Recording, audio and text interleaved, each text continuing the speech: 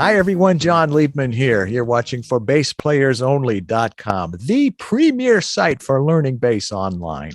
Our special guest this week is none other than Marco Mendoza. How are you, old friend?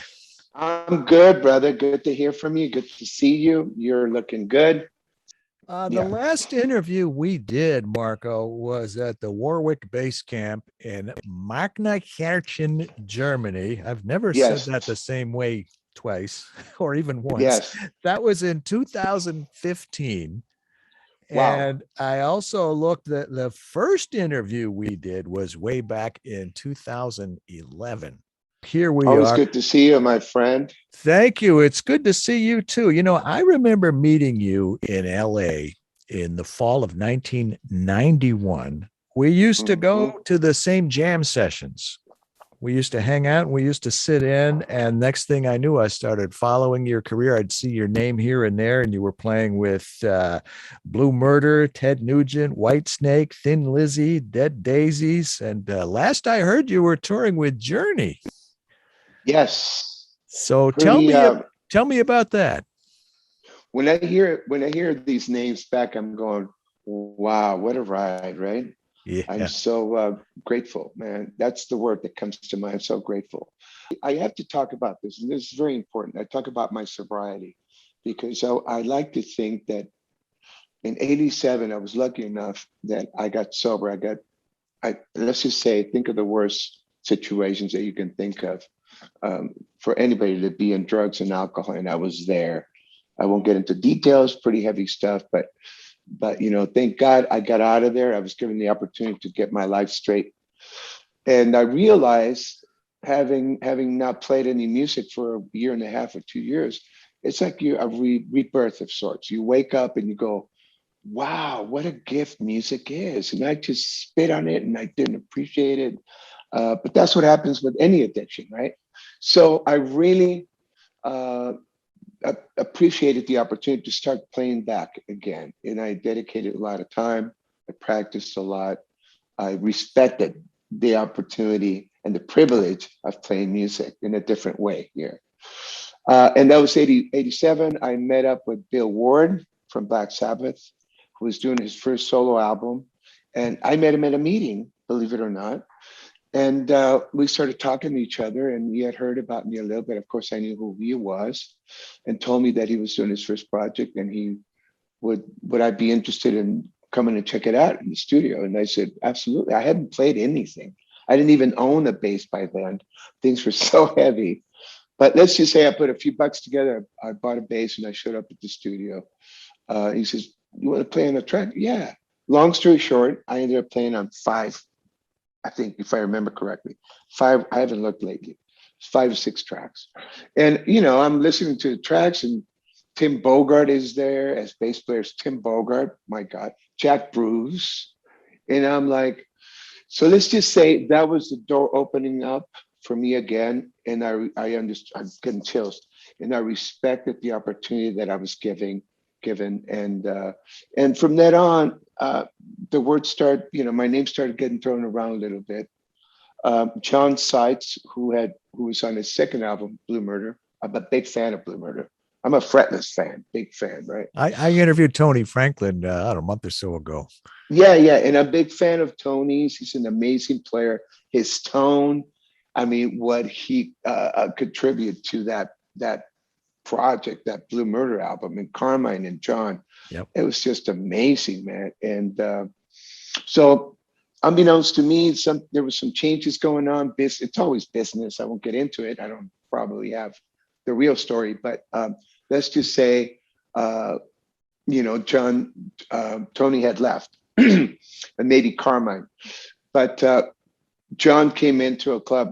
By then I was putting a little trio together. It was like a jazz fusion where we opened the real book and just have fun. And we were lucky enough to get gigs in the valley, and I was living up in the valley then. And so he came in. He heard about me, word of mouth, and he needed a fretless guy to replace Tony. And right away he approached me. I introduced myself. I said, "I know who you are. I'm a big fan, man." And he said, "Well, come into the studio in a few weeks or whatever. I want to play some stuff." And long story short, I ended up playing on that second album, Nothing But Trouble. And my relationship with John got really tight. We ended up doing 5 or 6 albums, if not more, or something like that. And that was the connection with Thin Lizzy, because we would do some, Thin Lizzy tracks that he co-written with Phil and the boys on his show. How did it feel? Excuse me for Yeah, interrupting, but please. how No, did that please. feel stepping in to Phil? It's Lynott, right? Is that how it's Phil pronounced? Lynott. Yeah, Phil Phil Lynott. Lynott. I Yeah. not the name, but the pronunciation. I want to make sure that I got right. What was that kind of surreal? Stepping into his role, given his his role with the band and his history and all that. How did that feel? I have to say, John, to be brutally honest, it didn't faze me. It's almost like I knew about Thin Lizzy, I knew the hits, Jailbreak and the boys are back in town. It's almost like I didn't react.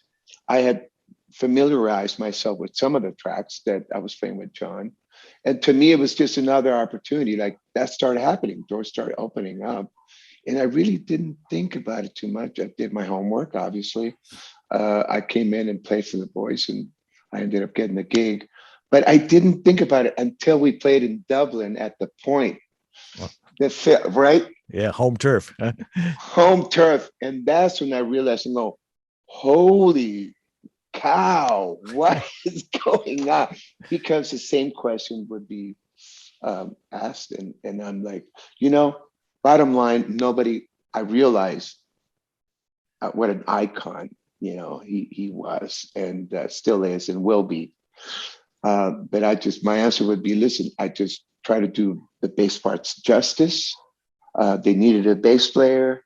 I was lucky enough to get the call. So I respect the music. I try to emulate as much as I can. At the same time, you got to own it and add your characteristics to it. But that's all I do. But nobody will replace Phil. It's funny. I interviewed Victor Bailey and asked him a question about stepping in for Jocko in Weather Report, and his answer was very similar to yours. He almost shrugged it off, like I don't know. I was expecting.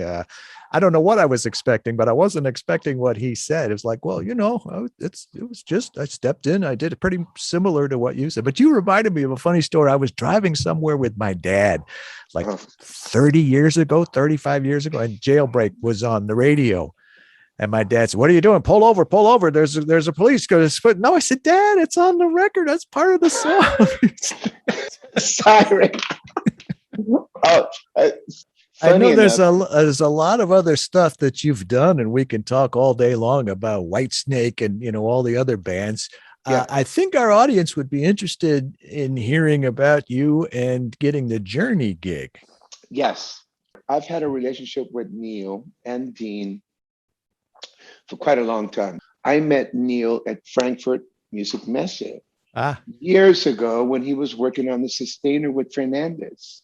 Remember that? Wow, that's quite a few years. And I went there because we were working with Fernandez. We were building a 6-string. They hired me, they signed me up to build a 6-string. They had a 4 or 5 amazing instruments. They didn't have a 6. And my favorite 6-string fretless bass that I have to this day is a Fernandez bass. It's a one of a kind. It's amazing. Everybody that plays it goes. Anyway, so we met there.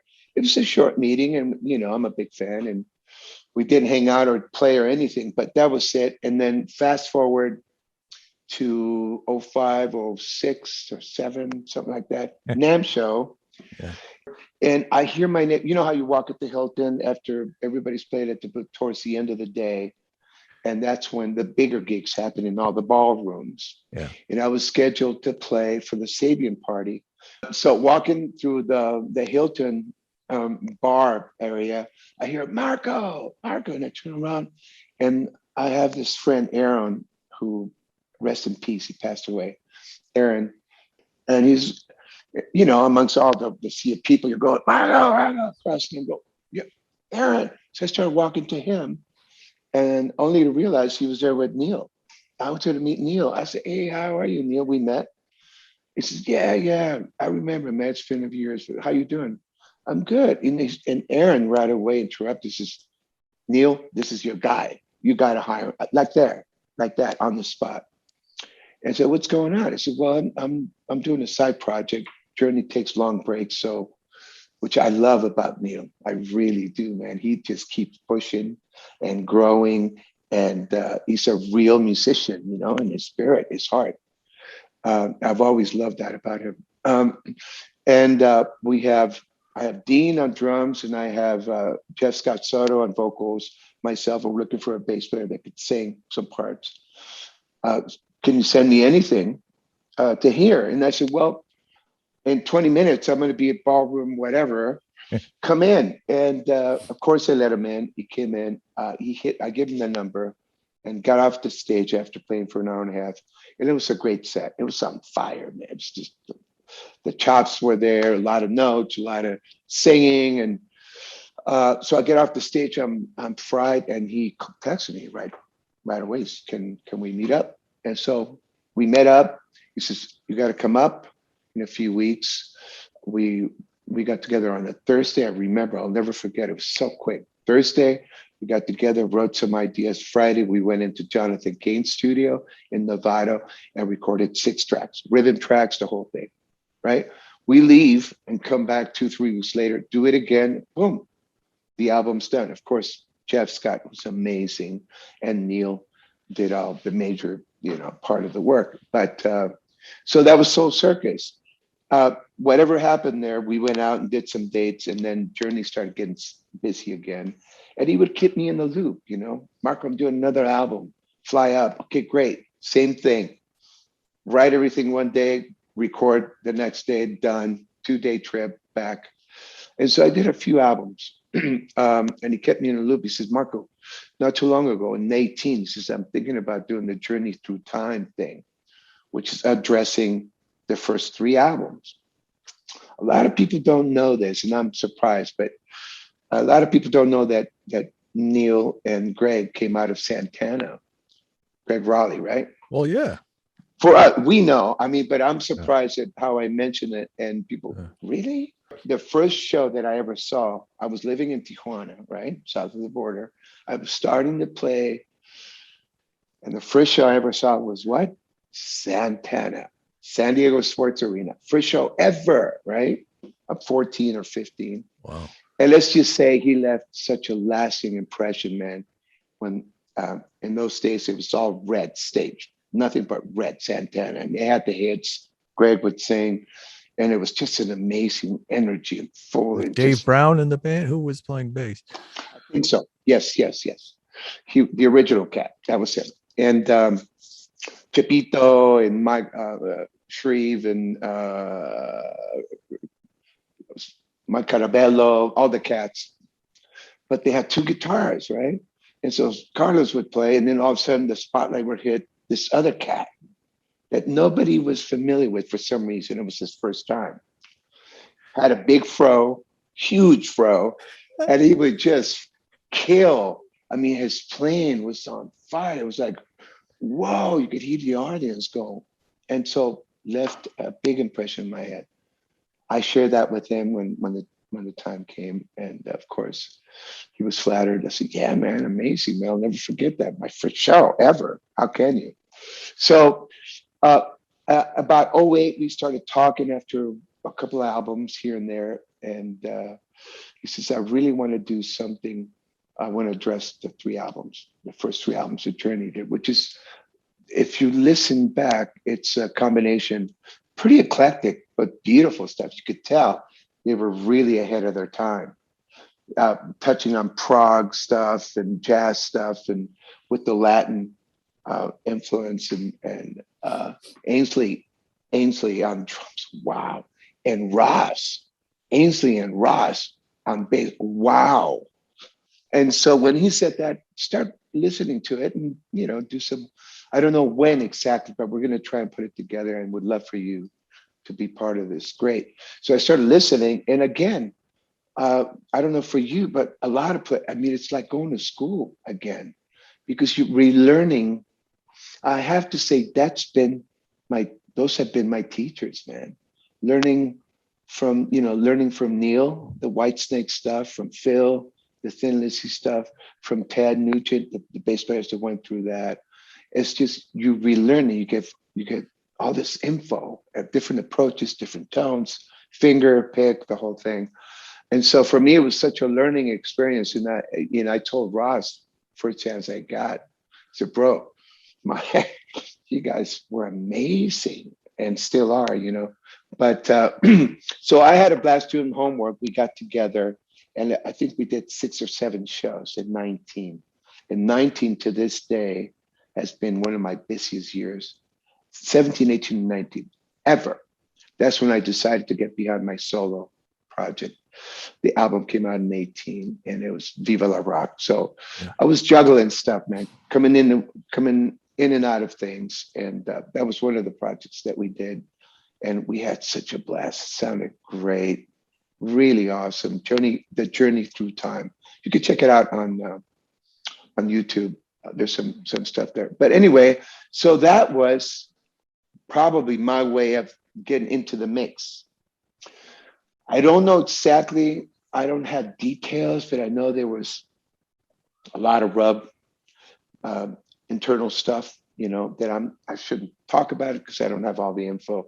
But let's just say I saw that Ross and Steve were out, and Narda, who I'm a big fan of since Mahavishnu, Narda Michael, right? As bass players, we go, wow, look at that. Narda was scheduled to do the drums and Randy Jackson on bass. Right. And I was talking to Neil that whole period, me and Dean, who were playing with the Dead Daisies. Yeah. And he made it sound like we're going to do this. It's a business move, and the Cats Randy has history, so it's a logical. And I said, great, man, good luck. Yeah.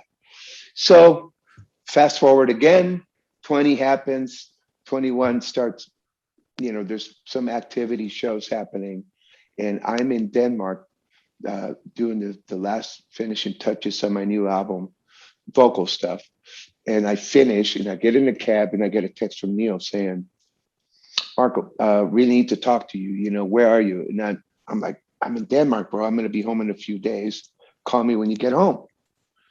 Okay. So I got home, called him. I said, bro, we might need you. Randy he's not healthy. Something is going on. And what do you think about coming in and doing some shows with us? Absolutely. Send me the set list. Tell me what I need to work on. And so it was a great opportunity. You can imagine. I mean, it doesn't get bigger than that. That's an amazing, iconic band, legendary status. The catalog, the songs that we all know and love. So for me, it was like, I'm smiling like a little kid inside, but I'm trying to be cool, business, whatever. So, but it was always, I'll say this, it was always a temporary thing. I was filling in for Randy. And I always knew that. We got together in Chicago, first show. What's it called? The Agora Theater in Chicago, big one, Agora. So one of those, huge. We did like 4 hours of music, man, the first show. Wow. Addressing everything that you can imagine. And it's amazing, man. You start getting into the catalog, they just pull songs and pulling songs. And I did the best I could, right? And without getting into all the details, I had prior commitments, label, album, commitments here and there. And I had prior commitments that I couldn't work around. I mean, it's a great opportunity, journey and all that, but they decided, because I was a little too busy, that was the email I got. Marco, you're amazing. Thank you. Done a wonderful job. Go do your things. We realize this is important to you. And that was it. They're my friends, man. I mean, I love Jonathan and I love Dean and I love all the cats, Neil. We got to spend a lot of time together. In the back of my mind, I always knew that it was a temporary thing. And of course, social media, they don't understand all the ins and outs and the business side of it all. And people were assuming. And you can't really address everybody, explain to everybody, listen, So I wrote it out and it was wonderful. It was a great experience. Obviously a bucket list situation, but without sounding callous, that's been my career. I've been one of those guys, John. I'm like amazed still at the calls that I get. You know, I'm like really grateful, man, and flattered that people would. I mean it, and I'm being honest, because you know, a kid that started in the garage band in Tijuana, playing with my brother, and that's all we had. We had a garage and we play on the weekends, maybe school dances. To today, it's like I look at when you mention the names. Believe it or not, I do forget as well. And then I start looking, wow, that's yeah, okay. So it's been a great ride, great journey, Yeah. and that was a great experience, man. And then you never know. It is the music business. The future brings what it brings. Let's switch gears for a minute. You mentioned Fernandez. I don't think you spoke about any other gear. Tell me about your basses and your equipment and that stuff. As far as basses, I've been through quite a few companies. Fernandez signed me up to help him design a six string. And I was happy. You can imagine, you know, they open the custom shop. Here, use your specs. You know, it's like a kid in a candy store. Yeah. Well, I'm going to try this. And I learned so much in the process about woods and measurements and specs and pickups and all that. You're a fan of Tech 21 stuff too. I Yes. heard. Tell me Yes. about that. Have been. They actually approached me at Frankfurt. They have been very supportive. I love everything. You know, I'm a Sansamp guy from a fan forever. And they did approach me and said, Marco, we can build anything you want for you. Now that you're bringing it up, now I'm remembering this is 3 or 4 years later. But my bad. You know, the guys have been sweethearts, you know, yeah, I floated around, bro. And to my detriment, I don't make the connections. You know, what are you going to do? You can't win them all, right? You still using the Sansamp?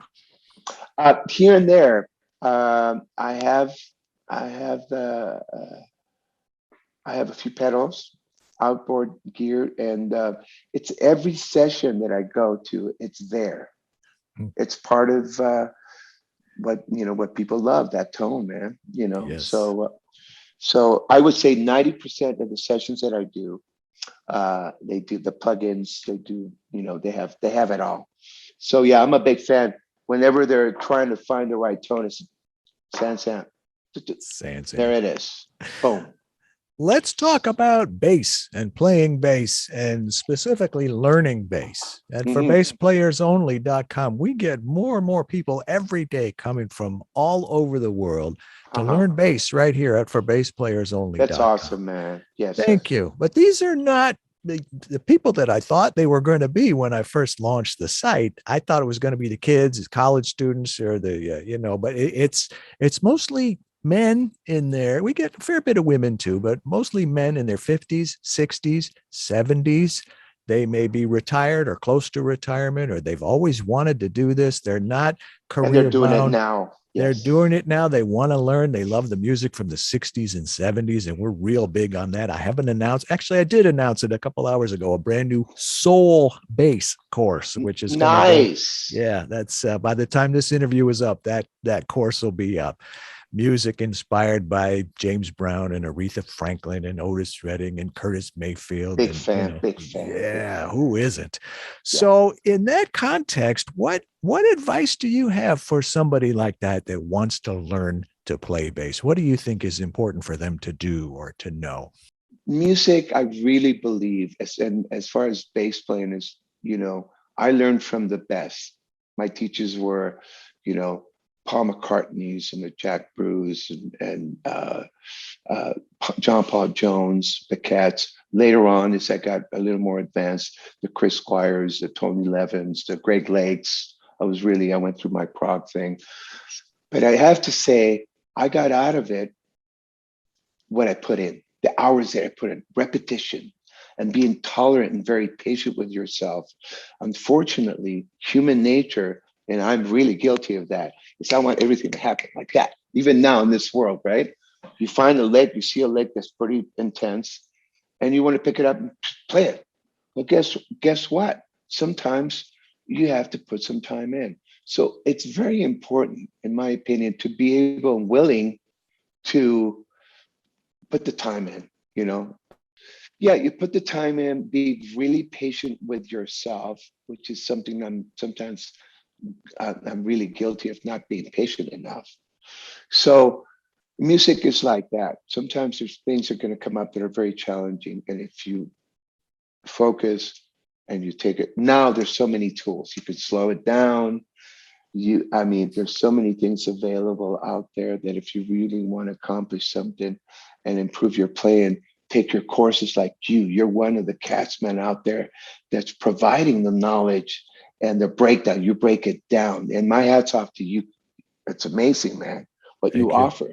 So, and we need cats like you, and especially for the newer players. So it's acquiring having the ambition, first of all, and the desire to grow. The people who excel are the people who put the time in at the end of the day, in my opinion. I don't have any regrets. I've been, my journey has been amazing. But if I would change anything, I would take some courses. I would learn more about the instrument, the modes and the harmonic information. I've been playing my whole life. The little bit of info that I have comes from that. Don't just learn the modes, learn what you're supposed to do with all do with those the notes modes to, make music. Yes, that's what I'm always stressing. Listen to the songs, listen to the chords, where's it going, the groove, the drums right there. Apply yourself and make it count. So you're so inspiring, Marco. You're getting me excited just thinking. Oh, thanks, brother. But and there's so much to learn. Music is so vast, right? Yeah. I love what I do, man. I love music, and and it's people like you too that keep supporting the knowledge and make the knowledge available out there for a lot of folks, man, that need it, including myself. So my hat's off to you and respect to you, brother. Keep on keeping on. Thank you. It's a beautiful thing. Really Thank you so much for your kind words. It means a lot. It's a special person. It takes special people to do what you do too, bro. Wow. Well, thank you. Marco, I don't remember if I asked you this in either of our last interviews. I should, but what would you be if you were not a bass player? Something outside of music? Probably something to do with aerodynamics, because my father was leaning on that side. That's who he was. My dad was kind of grooming us to go in his direction. And he ended up, retiring from Convair General Dynamics with all kinds of degrees. Self-made guy, came back from the war from WW2, and he built his career. I think it would have been a pilot. I really dig that thing. I really dig the fact that you can get up there. I've had a chance to do it. Wow, what a thrill, man. The adrenaline rush. Oh my gosh. So, Marco, this has been great. I can't believe how long it's been since the last interview. And I know, brother. You're doing so much stuff. I don't think we'll have to wait too long to do a follow-up, because you're always doing cool things that I know our audience would like to hear. And I'm sure you inspire them to do good things, not just with music, but just in life. So that means a lot. Thank you, brother. I call it the attitude of gratitude, and I like to talk about it because there you go. Well, much luck and continued success to you always in everything you do. Keep us posted, and we'll tell everybody what's going on with you. Yeah, please check out my solo stuff. Sorry to interrupt. No, go ahead. Viva la Rock, my latest album, and heads up on the new album getting releases this year. It's good stuff, good rock and roll. I think you'll dig it too. I dig it already, and I haven't even heard Okay. it. All right, brother. Thank you, our special guest, Marco Mendoza. I'm John Liebman. You're watching the premier site for learning bass online, ForBassPlayersOnly.com. Thank you again, Marco. Once again, I'm John Liebman. You're watching ForBassPlayersOnly.com.